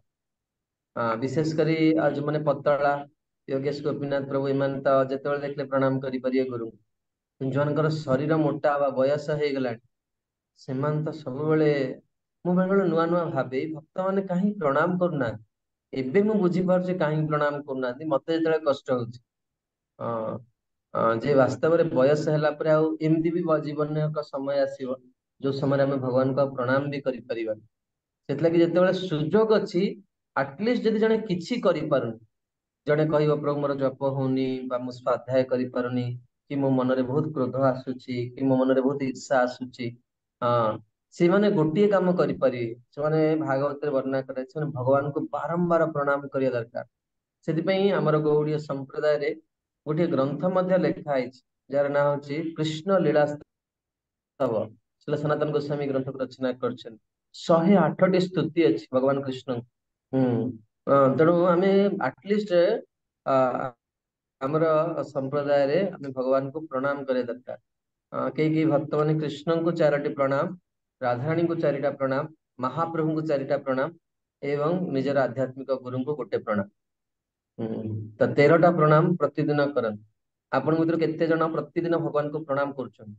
ହ୍ୟାଣ୍ଡ ରେଜ କଲେ। ଡେଲି ବେସିସରେ କେବେ ବି ମିସ୍ କରିନାହାନ୍ତି ପ୍ରଣାମ କରିବା ଭଗବାନ। ବହୁତ ବହୁତ ଭାଗ୍ୟବାନ ଆପଣ ମାନେ, ଯୋଉମାନେ ଭଗବାନଙ୍କୁ 3ଟା କାର୍ଯ୍ୟ କଲେ ବ୍ୟକ୍ତି ନର୍କକୁ ଯିବ ନାହିଁ। କିଏ ଜାଣିବାକୁ ଚାହୁଁଛନ୍ତି? 3ଟା କାର୍ଯ୍ୟ କଲେ ଜଣେ କେବେ ବି ନର୍କକୁ ଯିବନି। ପ୍ରଥମେ ହଉଛି ପ୍ରତିଦିନ କଣ ନା ଭଗବାନଙ୍କର ନାଁକୁ ସ୍ମରଣ କରିବା, ନାମ ଜପ କରିବା ପ୍ରତିଦିନ। କେତେ ବି ଅସୁବିଧା ଥାଉ ପ୍ରତିଦିନ ଭଗବାନଙ୍କର ଜିହ୍ବା ନା ଭକ୍ତି। ମୁଁ ମୋର ମନ ଗଢା କଥା କହୁନି, ଭାଗବତର ଶ୍ଲୋକ କଥା କହୁଛି। ଯମରାଜ ଏଇ କଥା ତାଙ୍କ ଦୂତ ମାନଙ୍କୁ କହିଛନ୍ତି। ଯୋଉମାନେ ଏଇ କାମ କରନ୍ତି ସେମାନେ ନରକକୁ ଆସନ୍ତି ନାହିଁ।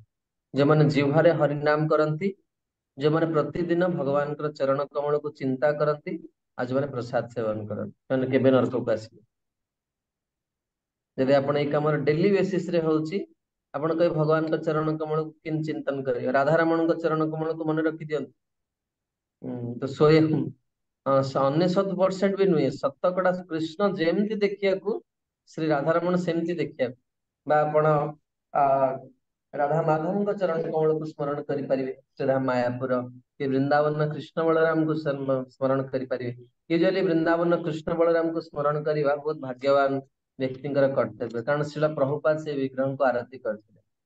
ଆଉ ପ୍ରଭୁପାଦ କହିଥିଲେ ଯେ ସ୍ୱୟଂ କୃଷ୍ଣ ବଳରାମ ଏଠି ଅଛନ୍ତି। ଏବଂ ପ୍ରଭୁପାଦ କହିଥିଲେ ପ୍ରତ୍ୟେକ ଭକ୍ତର ଜୀବନରେ ଯାହା ସମସ୍ୟା ସେମାନେ କୃଷ୍ଣ ବଳରାମଙ୍କୁ କହିବା ଦରକାର। ତେଣୁ ଯଦି ଆପଣ ଏଇ ବିଗ୍ରହ ମାନଙ୍କର ଚରଣକୁ ସ୍ମରଣ କରୁଛନ୍ତି ପ୍ରତିଦିନ, ତାହେଲେ ବି ଆପଣ ନର୍କକୁ ଯିବେ ନାହିଁ। ତାପରେ ହଉଛି ଭଗବାନ ଶ୍ରୀକୃଷ୍ଣ ମନ୍ଦିର ଦେଖିବା ମାତ୍ରେ ଦଣ୍ଡାୟମାନ ହେବା ଦରକାର। ଯୋଉଠି ମନ୍ଦିର ଦେଖୁଛନ୍ତି ଟିକେ ମୁଣ୍ଡ ନୁଆଇଁ ଦେବେ ଆଟଲିଷ୍ଟ, ଗାଡିରେ ଯାଉଛନ୍ତି ବା ଇଏ କରୁଛନ୍ତି। ଯୋଉଠି କେମିତି ଜାଣିବା ଏଟା କୃଷ୍ଣଙ୍କ ମନ୍ଦିର ବୋଲି କିଏ କହିପାରିବ? ଚକ୍ର ଥିବ। ଚକ୍ର ଚିହ୍ନ ଥିଲେ ଜାଣିବାକୁ ପଡିବ ଏଟା ବିଷ୍ଣୁ ଦେବାଳୟ। ମୁଁ ଆଟଲିଷ୍ଟ ସମ୍ମାନ ପ୍ରଦର୍ଶନ କରିବା ଦରକାର। ତେଣୁ ତାପରେ ହଉଛି ବିଗ୍ରହଙ୍କୁ ରାସ୍ତାରେ ନିଆଯାଉଥିଲା ବେଳେ, ହଁ ଏଇଟା ସବୁଠୁ ଗୁରୁତ୍ୱପୂର୍ଣ୍ଣ। ଯେତେବେଳେ ବି ଶୋଭାଯାତ୍ରା ହଉ ବା ରଥଯାତ୍ରା ହଉ ବା ଭଗବାନଙ୍କର ବିଜୟ ବିଗ୍ରହ ଯଦି ବାହାରକୁ ଆସିଲେ, ଆମେ କେତେ ବି ଇମ୍ପୋର୍ଟାଣ୍ଟ ପ୍ରିଚିଂ ରେ ଥାଉ ନା କାହିଁକି, ଆମେ କଣ ହବା ଭଗବାନଙ୍କ ଆଗରେ ଯିବା ଦରକାର, ଗୋଟେ ସେକେଣ୍ଡ ପାଇଁ ହେଲେ। ଏଇ ଭକ୍ତିର ଏକ ପ୍ରମୁଖ ଅଙ୍ଗ। ତେଣୁ ତାପରେ ହଉଛି ସକାଳ ଏବଂ ସନ୍ଧ୍ୟାରେ 2 ଥର ଭଗବାନ ବିଷ୍ଣୁଙ୍କର ମନ୍ଦିର ଦର୍ଶନ କରିବା ଦରକାର। ଏବଂ ପ୍ରଭୁପାଦ ଲେଖିଛନ୍ତି ବୃନ୍ଦାବନ କୀର୍ତ୍ତି। ଦେଖନ୍ତୁ ଆମର ଗୌଡୀୟ ବୈଷ୍ଣବ ମାନଙ୍କର ଜୀବନ କଣ, ପ୍ରାଣ କଣ? ଆମର ଇଏ ହଉଛି ଆମେ କଣ କରିବା ଦରକାର, ନିଷ୍ଠା ନିୟମ ପୂର୍ବକ କଣ କରିବା ଦରକାର, ଗୋଟେ ଜିନିଷ କରିବା ଦରକାର। ସେଥିପାଇଁ ବେଳେ ବେଳେ ମୁଁ ଯାହାକୁ ଗାଇଡ କରେ, ମୁଁ ତାଙ୍କୁ କୁହେ ତୁମର ନିୟମ ଗୁଡା ବହୁତ ସରଳ ହବା ଦରକାର, ଯୋଉଟା କି ଶରୀର ଅସୁସ୍ଥ ଥିଲେ ବି ତୁମେ ସେଟାକୁ ଯାଜନ କରିପାରିବ। ଆମେ ଅନେକ ଗୁଡେ ନିୟମ କରିପାରିବା, କିନ୍ତୁ ଯୋଉଟା ନିୟମ ରଖିବା, ମୁଁ ପ୍ରତିଦିନ ଭଗବାନ କୃଷ୍ଣଙ୍କୁ ପ୍ରଣାମ କରିବି। ମୁଁ ଯେତେବେଳେ ବ୍ରତ ଆସେ ମୁଁ ଏଇ ନିୟମଟାକୁ ରଖେ, ସଂକଳ୍ପରେ ଏଇ ନିୟମ ରଖେ। ତାହେଲେ ଯଦି ଆପଣ ରୋଗଗ୍ରସ୍ତ ହେଇଗଲେ ବି ଆପଣ ବେଡ ଉପରେ ଭଗବାନଙ୍କୁ ପ୍ରଣାମ କରିପାରିବେ, କି ମନରେ ବି ଭଗବାନଙ୍କୁ ପ୍ରଣାମ କରିପାରିବେ। ଯୋଉ ଜିନିଷ ଗୁଡିକ ମାନେ ଯେକୌଣସି ଅବସ୍ଥାରେ କରିହବ, ମୁଁ ଭଗବାନଙ୍କର ନାମ ଉଚ୍ଚାରଣ କରିବି, ଯୋଉଟା କେବେ ବନ୍ଦ ହବନି। ତେଣୁ ବହୁତ ସରଳ, ପ୍ରତିଦିନ ଭଗବାନଙ୍କୁ ଦର୍ଶନ କରିବା ଦରକାର, ସକାଳ ଏବଂ ସନ୍ଧ୍ୟାରେ ଆଟଲିଷ୍ଟ 2 times। କୋଉମାନେ ପ୍ରତିଦିନ ମନ୍ଦିର ଦର୍ଶନ କରୁଛନ୍ତି ଶ୍ରୀ ବିଗ୍ରହଙ୍କୁ, ହ୍ୟାଣ୍ଡ ରେଜ କଲେ। ପ୍ରତିଦିନ ଡେଲି ବେସିସ ରେ ମନ୍ଦିର ଦର୍ଶନ ହଉଛି, ମନ୍ଦିରକୁ ଯାଉଛନ୍ତି ଆପଣ ମାନେ। ଦର୍ଶନ विजयश्री माताजी आसନ୍ତି प्रतिदिन संध्याରେ। तेणु बहुत भाग्यवान आपण माने। तापरे होची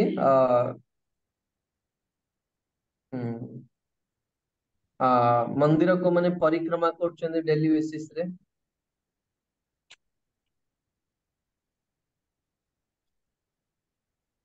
बा तुलसी परिक्रमा प्रतिदिन तुलसी को परिक्रमा मानस रे को माने परिक्रमा करछन मन रे परिक्रमा गिरिराज परिक्रमा नवदीप मंडल परिक्रमा श्रीक्षेत्र परिक्रमा गुरु को परिक्रमा सब बहुत बहुत बहुत भाग्यर विषय। तापरे मंदिर रे थिबा विग्रह को विधि विधान पूर्वक अर्चना करवा उचित। आ हम्म तापरे होची विग्रह व्यक्तिगत सेवा करवा भक्ति संगीत गान करवा एवं ना तापरे होची संकीर्तन करवा लेखाई चैतन्य भागवत रे जदि जदि गृहस्थ व्यक्ति घरे पति पत्नी एवं तार पिला माने मिसिकी प्रतिदिन संकीर्तन करती ताले से गृहस्थर घर वैकुंठ हो जाए। को माने मासुकु थरे परिवार सहित कीर्तन करती घरे निज घरे स्वामी स्त्री पिला माने मिसिकी हैंड रेज कले मासुकु थरे कि 6 मास को थरे कि वर्षकु थरे को भक्तଙ୍କ घरे होची जिनसटा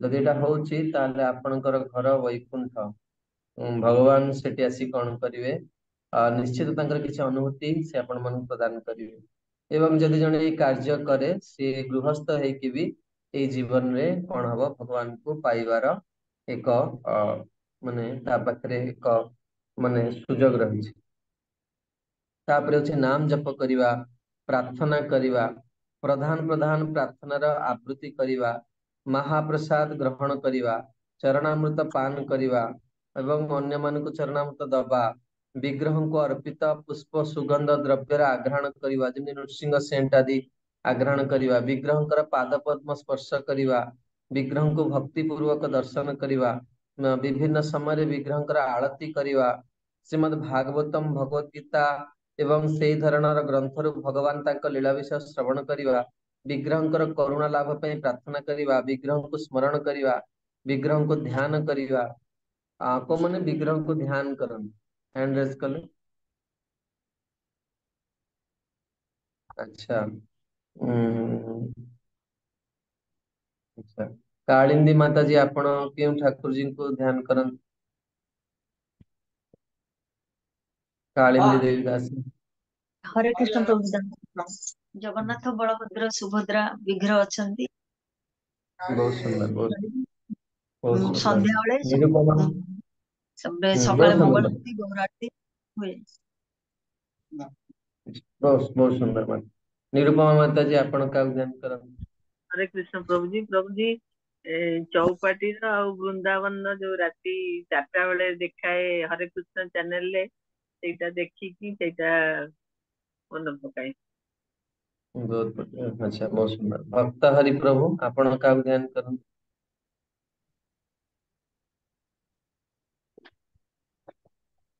प्रभु आपण माने अनम्यूट करी कोन प्रभु एबे जस्ट आसी पहुंची वृंदावन रे वृंदावन रे वृंदावन प्रतिदिन राधा कृष्ण आज्ञा एबे आसी पहुंची विएसरु एबे जस्ट आसी पहुंची आज्ञा ए 2 घंटा हला आसी के वृंदावन रे कृष्ण बलराम की जय राधा श्याम सुंदर ललिता विशाखा देवी की जय जय हो ब्रजभूमि वृंदावन जय हो बड़ा भाग्यवान बड़ा भाग्यवान आपन का आशीर्वाद आज्ञा हमर प्रार्थना जड़े कृष्ण बलराम 5-6 दिन पे टिके आछि आज्ञा निश्चित भाव आज्ञा बहुत बहुत आपन आशीर्वाद आज्ञा ए इंटरनेट बहुत प्रॉब्लम करछ आज्ञा बहुत कांदी पकेली एबे आपन क्लास को मिस कर करी बोली एबे गोटे इंटरनेट आ गोटे मोबाइल को डाटा ऑन करी के एबे ऑन करछि बहुत बहुत सुंदर गोटे बहुत सुंदर भजन अछि मोर मने पडुछि महान साधु लिखिछन आज्ञा लिखिछन वृंदावन जाने को जी चाहता तो मन वर्तमान मु अल्प दिन पर जीवी वृंदावन कार्तिक मास पूर्व जाइकी कार्तिक रे किछि दिन अतिबाहित करके आसी तेणु आस बहुत सुंदर आपण आसीबे आज्ञा वृंदावन मु जीवी मु जीवी अक्टोबर अक्टोबर 5-6 आड़ू जीवी प्रभु एमती आसंतु ताले मु भी अक्टोबर 15 रे कार्तिक मास स्टार्ट हबो मु आसीबी पुणी जाइकी काम सारिकी पुणी फेरिबी माताजी आसीबे दी जण आसीबू माताजी भी आछंती आज एठी अछंती दी जण आछू एबे यूएसए रे झियो को छाड़ी के बहुत आसीकी सुंदर ठीक है आ साधुवाद तेणु विग्रह को कौन करने दरकार ध्यान करने दरकार हाँ विग्रह को ध्यान करने विग्रह को ध्यान करने भक्तिर एक प्रमुख अंग तापरे वर्णना करचंती जे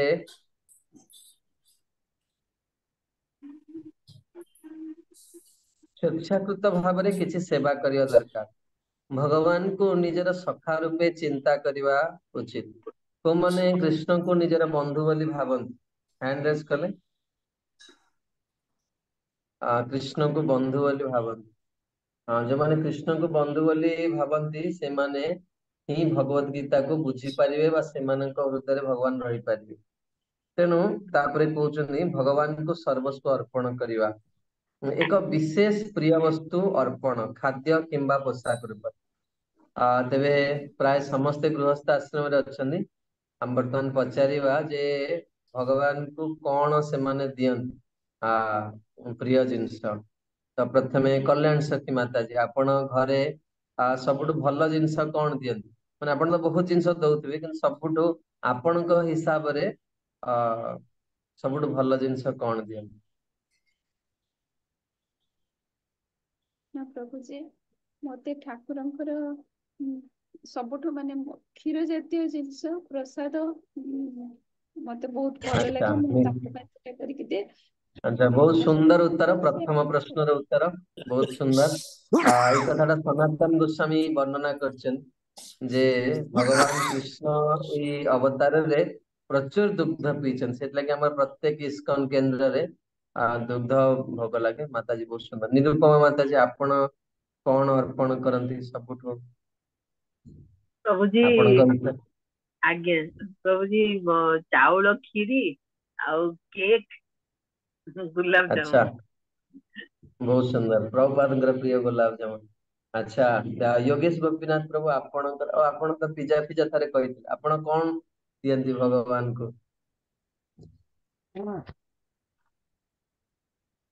कृष्ण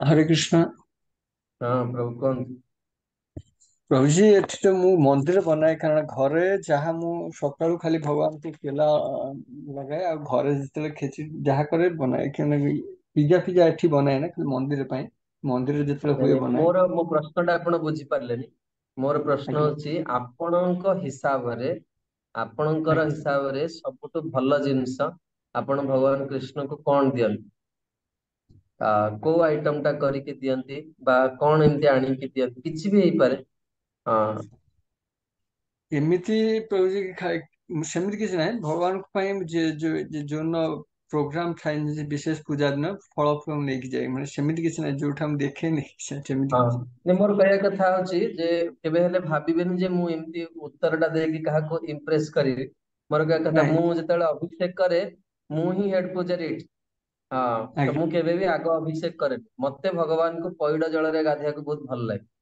बहुत प्रकार जल माने बहुत प्रकार द्रव्य थाए मते पइड जल भल लागे आ मु जेतेବେଳେ भगवान को पइड देखे मते बहुत खुशी लागे कारण चैतन्य चरितामृत रे महाप्रभु निजे पइडर आख्यान कथा वर्णना करछन पइड गोटे साधारण जिनिस जेकोसी व्यक्ति भी आनिकी देई पारे पानी गोटे साधारण हाँ भगवान को अनेक द्रव्य दिया जाई पारे मैं आपको कहूची मु एठी संबलपुर बुर्ला रे आमर प्रति रामनवमी रे एई हमर पाखरु जने गरीब स्त्री लोक आसन से ब्लाउज भी पिंधि न थांती पूरा गरीब माँ जन एवं से लिया जो माने उखुड़ा करके आनंद पूरा एमती कोन भलिया करके आनंद या प्रति थर रामनवमी रे मते सेटा राम जी को अर्पण करिया को बहुत भल लागे आमर तो मंदिर रे बहुत प्रकार आइटम भक्त माने तैयारी करंती कारण आमर सेटा ब्रह्म उत्सव भगवानଙ୍କର, କିନ୍ତୁ ମତେ ସେ ଲିଆଟା ଭଗବାନଙ୍କୁ ଦବା ପାଇଁ ବହୁତ ଭଲ ଲାଗେ। ମୁଁ ଅପେକ୍ଷା କରିଥାଏ ସେ ମା କେତେବେଳେ ଆସିବ, ତାପରେ ମୁଁ ରାଜଭୋଗ ଲଗେଇବି।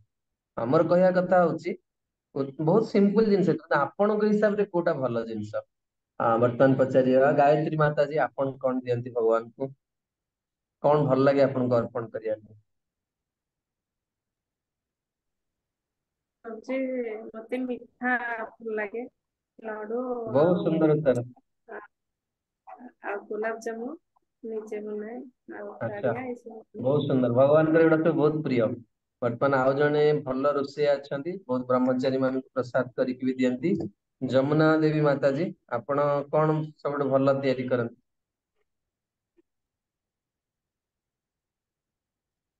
हरे कृष्ण प्रभु जी, प्रभु खीरी मीठा ମାତାଜୀ ଆପଣଙ୍କର ଭଏସ ଆସୁନି। ଆଜ୍ଞା ପ୍ରଭୁ जी ମିଠା ଉପରେ ଦବାକୁ ଟିକେ ଭଲ ଲାଗେ ଠାକୁରଙ୍କ ପାଖରେ ଭୋଗ ଲାଗେ। ଆଉ ଓ କ୍ଷୀରି ଆଚ୍ଛା, ଆଚ୍ଛା, ବହୁତ ସୁନ୍ଦର, ବହୁତ ସୁନ୍ଦର। ପ୍ରମୋଦାନନ୍ଦ ଗୋପାଳ ପ୍ରଭୁ, ଆପଣ ଠାକୁରଜୀଙ୍କୁ କଣ ଦିଅନ୍ତି?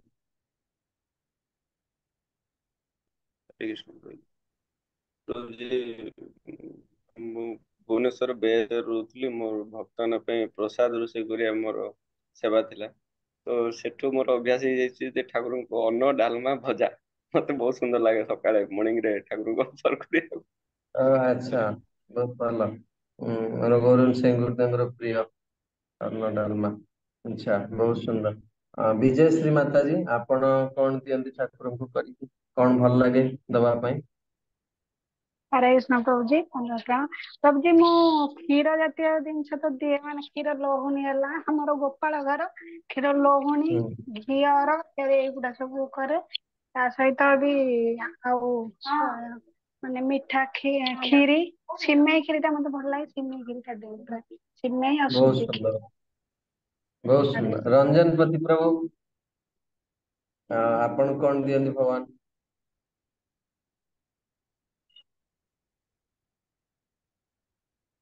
हरे कृष्णा, रंजन पति प्रभु। अच्छा, रश्मिकांत प्रभु, ଆପଣ କଣ ଦିଅନ୍ତି ଭଗବାନ? हरे कृष्ण प्रभु दंडवत प्रणाम। से चाउଳ କ୍ଷୀରି ବହୁତ ଦିଏ ତା ଡ୍ରାଇ ଫ୍ରୁଟ୍ ପକେଇକି ତାପରେ ଆଉ ବିରିୟାନୀ କେତେବେଳେ କେମିତି ବନେଇଲେ ସେଟାକୁ ବହୁତ ଅଫରିଂ କରେ ବିରିୟାନୀ ବନେଇଲେ अच्छा, ତାପରେ बहुत କେତେବେଳେ सुंदर। ସାବୁଦାନା କ୍ଷୀରି प्रत्येक କ୍ଷୀରି व्यक्ति ଉପରେ प्रत्येक भक्त जीवन रे जे आध्यात्मिक जीवन को अंगीकार करछि, से निश्चित भगवान को किछि ना किछि रोषेई करी दवा दरकार। परम पूज्य भक्ति स्वरूप दामोदर स्वामी महाराज थरे गदैगिरी रे ए कथाटी को से कहितले, एवं से कथाटी शुणिला परे मु केबे भी माने चुली सहित मोर संपर्क नथिला, मु केबे भी रोषेई जानिनी। किंतु तांका कथा शुणला परे, कारण जदि आमे भगवान को पाइବାକୁ अछि ताले आमे साधु गुरुंकर आदेश को पालन करियर अछि। तेणु मु प्रथमे रोषेई करिकी भोग लगेइतिली। मते तो ठीक ठाक लाଗୁଥିଲା, ମୁଁ ଜାଣିନି କେମିତି କଣ ହେଇଥିବ, କିନ୍ତୁ ମତେ ତାପରେ ଲାଗିଲା ଯେ ହଁ ଭଗବାନ को ଖାଇବାକୁ କରିକି ଦେଇଛି ମାନେ ଆ ଭଗବାନ ନିଶ୍ଚିତ ମତେ ଏଇ ଜୀବନରେ ତାଙ୍କ ପାଖକୁ ନେଇଯିବେ। ଆଉ ବେଳେ ବେଳେ ଯଦି କେହି ନଥାନ୍ତି ରୋଷେଇ କରିବା ପାଇଁ, ମାନେ କେହି ବି ନଥିବେ ଯଦି, ତାହେଲେ କିଛି ଗୋଟେ ଆଇଟମ ଯାଇକି ଭଗବାନ ପାଇଁ କରିବା ପାଇଁ ମୋର ଇଚ୍ଛା ହୁଏ। କିନ୍ତୁ ଜଣେ ବି ଯଦି ଯୋଗ୍ୟ ଲୋକ ଥାନ୍ତି, ମୁଁ ରୋଷେଇ କରିବାକୁ ସାଧାରଣତଃ ପସନ୍ଦ କରେ। କାରଣ ଯୋଉ ଭଗବାନଙ୍କ ପାଇଁ କଣ ହବା ଦରକାର, ସେବାଟା ବହୁତ ଉଚ୍ଚ ମାନର ହବା ଦରକାର। ତେଣୁ ମୋର କହିବାର ଉଦ୍ଦେଶ୍ୟ ଥିଲା ପ୍ରତ୍ୟେକ ବ୍ୟକ୍ତି ପ୍ରୟାସ କରିବା ଦରକାର, ଆଉ ବହୁତ ଖୁସିର ସହିତ ଦବା ଦରକାର। ଅଳ୍ପ ଜିନିଷ ଆଣିବେ କିନ୍ତୁ ବହୁତ ଖୁସିର ସହିତ ଆଣିବେ। ବେଳେ ବେଳେ ଲୋକମାନେ କଣ କରନ୍ତି ନା, ସେମାନେ ଯୋଉ ଜିନିଷଟା ପ୍ରାପ୍ତ ହେଇଥାନ୍ତି ସେଥିରେ ସେମାନେ ଖୁସି ହେଇପାରନ୍ତି। ତୁମେ ଆଜି ପନିର ଆଣିଲନି, ପନିର ଆଣିଲନି, ଆଜି ଜନ୍ମାଷ୍ଟମୀ ପନିର ଆଣିଲନି। ହଁ ଠିକ ଅଛି, ପନିର ନାହିଁ, ବର୍ତ୍ତମାନ ତ ଭେଣ୍ଡି ଅଛି ନା, ସେ ଭେଣ୍ଡି ଭଜା ଟାକୁ ଭଲସେ କରିକି ଦେଲେ, କି ଭେଣ୍ଡି ତରକାରୀ ଟାକୁ ଭଲ କରିଦେଲେ, ଭଗବାନ ବହୁତ ଖୁସିରେ ସେ ଖାଇବେ। ଏମିତି ଯୋଉ କୃଷ୍ଣ ବଳରାମ ସବୁଦିନ ପନିର ହିଁ ଖାଇବେ। ତେଣୁ ଯୋଉ ଜିନିଷଟା ଆଣିଥିବେ ସେଟା ଶ୍ରଦ୍ଧା ପ୍ରୀତିର ସହିତ କଲେ ଭଗବାନ ବହୁତ ଖୁସିର ସହିତ ଗ୍ରହଣ କରିବେ। ତାପରେ ହଉଛି ଶ୍ରୀକୃଷ୍ଣଙ୍କ ନିମିତ୍ତ ବିପଦ ବରଣ କରିବାକୁ ପ୍ରସ୍ତୁତ ହବା। ପ୍ରତ୍ୟେକ ଅବସ୍ଥାରେ ଆତ୍ମ ନିବେଦନ କରିବା, ତୁଳସୀ ବୃକ୍ଷରେ ଜଳଦାନ କରିବା। एटा हूँ भक्तिर प्रमुख अंग। तुलसी वृक्ष जलदान करवा केते जन डेली कर तुलसी वृक्ष डेली जलदान एटा बहुत सहज अंग भक्तिर बहुत सहज भक्तिर एक प्रमुख अंग प्रतिदिन करवा दरकार। एवं तापरे होची नियमित भाव रे भागवत श्रवण करवा तो माने डेली बेसिस रे भागवत सुनन डेली बेसिस रे भागवत सुन बहुत भाग्यवान आपण माने। तेणु तापरे निजर आध्यात्मिक गुरुंकर क्लास आपण माने सुनी परिबे प्रतिदिन सुनिया दरकार जदि आमे एई जीवन में भगवत धाम को जीवा को चाहूचे। तापरे होचे मथुरा वृंदावन द्वारिका भली पवित्र स्थान रे वास करिवा वैष्णव मानकर सेवा करिवा निजर संबल को चाहिकी प्रेमपूर्ण सेवार आयोजन करी निजर आर्थिक स्थिति अनुसार व्यक्ति कौन करिया दरकार सेवा करिया दरकार। तापरे होची कार्तिक मासरे विशेष सेवार आयोजन करिया दरकार। जेमती कार्तिक मासरे आपण भगवान को दीप दे परिवे कार्तिक मासरे गोटे टाइम अधिका किछि भोग लगेई परिवे जेमती बहुत सहज वास्तव रे अर्थ भी खर्च हबन जेमती आपण राशि लड्डू करिवे गुड़ राशि आनिके राशि लड्डू करि परिवे प्रतिदिन गोटे लड्डू आपण भगवान को दे परिवे बेसी पैसा खर्च हबन बा किछि ड्राई फ्रूट्स भी आनिके भगवान को दे परिवे। कार्तिक मासरे कार्तिक विशेष आदर करिया दरकार। तेणु तापरे होची जन्माष्टमी व्रत पालन करिया दरकार। विग्रह लगी जहाँ करिवा कथा खूब जत्न और भक्तिर सहित करिवा भक्त ग्रहण रे भागवत पाठर रसास्वादन करिवा मात्र बाहर लोकों निकट रे न भक्त मानक गहन रे बसिकी हमें कथा सुनिवा अधिक उन्नत भक्तंकर संग लाभ करिवा भगवान पवित्र नाम जप करिवा एवं मथुरा परिसर मध्य वास करिवा। विधि विधान नियमर समुदाय संख्या हला 64 पूर्व उल्लेख करा जायछि प्रथम है 10टी मौलिक विधि विधान तापरे द्वितीय स्तर 10 गोटी विधि विधान एवं ये समस्त आउ सहित आउ 44टी अन्य विधि संयुक्त करा जाय। तेणु प्रेमपूर्ण सेवा विधि पूर्वक साधन करिया को समुदाय 64 व्यवस्था रही। ये 64 व्यवस्था मध्य 5 गोटी खूब गुरुत्वपूर्ण यथा विग्रह अर्चना श्रीमद् भागवतम श्रवण भक्त मानकर संग संकीर्तन एवं मथुरावास 64 विधि अंगरे काय मन वाक्य रे समस्त कार्य अंतर्भुक्त करवा उचित।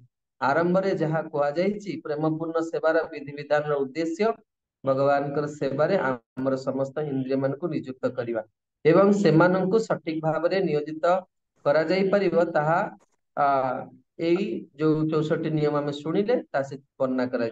रूप गोस्वामी तांकर अनेक विषय रे प्रामाणिकता समर्थन कल्पे विभिन्न शास्त्र पुराण रो प्रमाण प्रदान करिवे।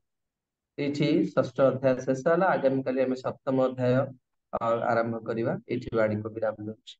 वाञ्छा कल्पतरुभ्यश्च कृपा सिन्धुभ्येव च पतितानां पावनेभ्यो वैष्णवेभ्यो नमो नमः। जगद्गुरु श्रील प्रभुपाद